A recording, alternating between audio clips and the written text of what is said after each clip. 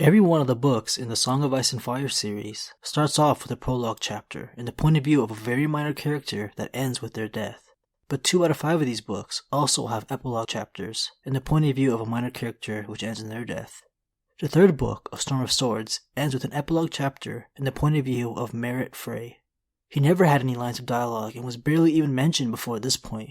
Just to give you guys an idea of what was going on around this point of the story, the Red Wedding has recently occurred. Arya has left for Braavos, Joffrey is dead, Tyrion has killed Tywin and is about to leave for Essos, and Catelyn Stark's body was pulled out of a river by Arya walking into Nymeria through a wolf dream.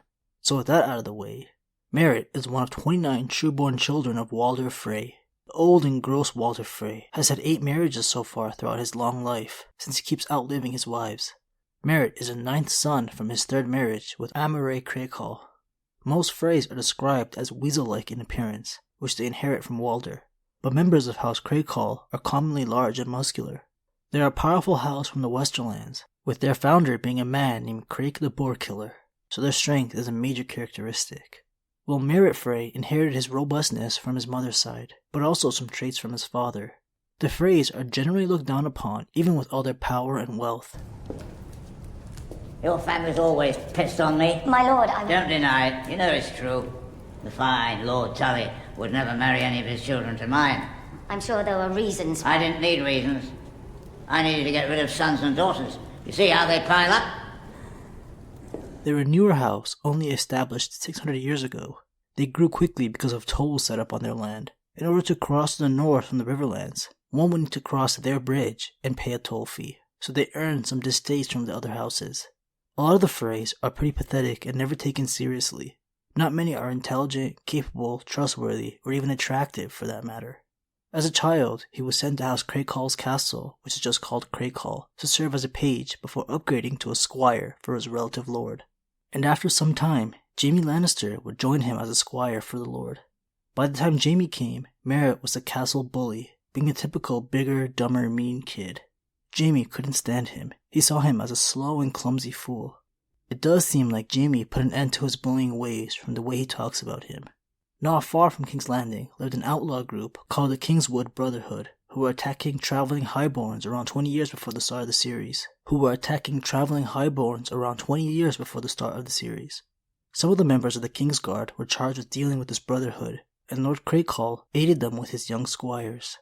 Merrett and Jaime were only teenagers at this time, and were facing very skilled and dangerous criminals. This campaign would end up ruining the young Frey's life. Merrett caught a pox from sleeping with a camp follower, which was only the beginning of a horrible experience. He then got captured by a female outlaw named Wenda the White Fawn. She would add to the embarrassment of being captured by a woman by branding her sigil onto his ass like she normally did to all her captives. Lord Craycall paid the ransom to free Merrett. It was now his turn to be bullied, since he was unable to sit down because of the branding burns. Jaime Lannister remembers that other squires made him eat kettles of shit, pretty goddamn disgusting. But Merrett had aspirations to be the greatest knight in history, so he returned to the mission, determined to make a name for himself. In the very next fight, an unnamed outlaw hit Merrett hard enough with his mace to break his helm and left him unconscious for 2 weeks. Everyone gave him up for dead, they told him later. Merrett hadn't died, but his fighting days were done. Even the lightest blow to his head brought on blinding pain and reduced him to tears. Under these circumstances, knighthood was out of the question. Lord Summer told him not unkindly. He was sent back to the Twins to face Lord Walder's poisonous disdain. After that, Merrett's luck had only grown worse. His father had managed to make a good marriage for him, somehow. He wed one of Lord Darry's daughters, back when the Darrys stood high in King Aerys' favor. But it seemed as if he no sooner had deflowered his bride than Aerys lost his throne. Unlike the Freys, the Darrys had been prominent Targaryen loyalists, which cost them half their land, most of their wealth, and almost all their power. As for his lady wife, she found him a great disappointment from the start, and insisted on popping out nothing but girls for years. 3 live ones, a stillbirth, and one that died in infancy, before she finally produced a son. His eldest daughter had turned out to be a slut, his second a glutton. The daughter he refers to as a slut is Merret Frey, who has earned the nickname of Gatehouse Amy. She got this name after being caught with 3 men at the same time in the stables when she was younger. To put an end to her ways, she was quickly married off, but with a reputation like hers, the best match they could find was a hedge knight. But he died soon after trying to make a name for himself by killing the Mountain. As part of the deal with the Freys, going ahead with the Red Wedding, Amory was then married off to Lancel Lannister, but he leaves her before ever consummating the marriage because of his newfound religious beliefs. His second-born, Walda, is commonly referred to as Fat Walda. She's the larger woman married to Roose Bolton we see a few times in Game of Thrones.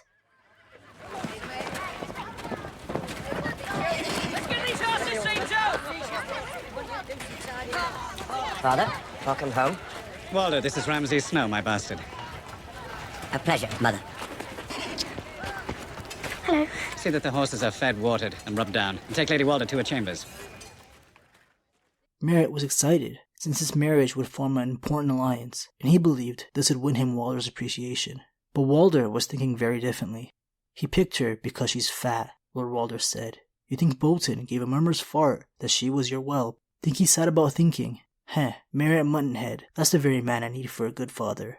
Your Walder's a sow in silk, that's why he picked her. And I'd not like to thank you for it. We'd have the same alliance at half the price if your little porkling put down her spoon from time to time.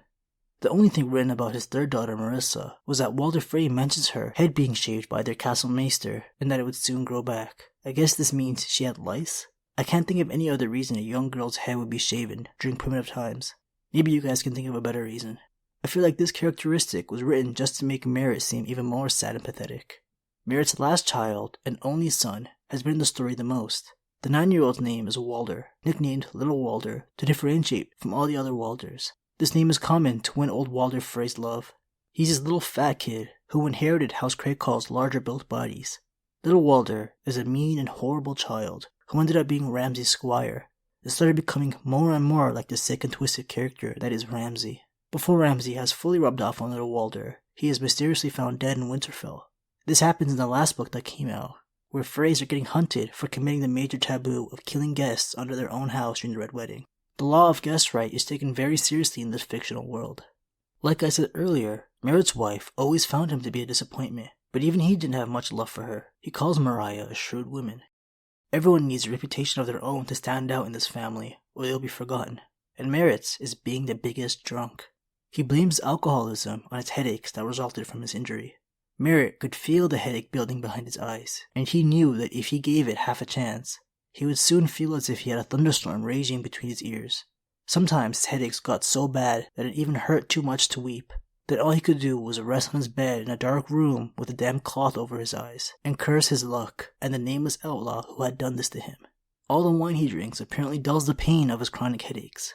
His lifestyle, that he believes to be a worthless existence, has turned his once strong build into a soft and fleshy body.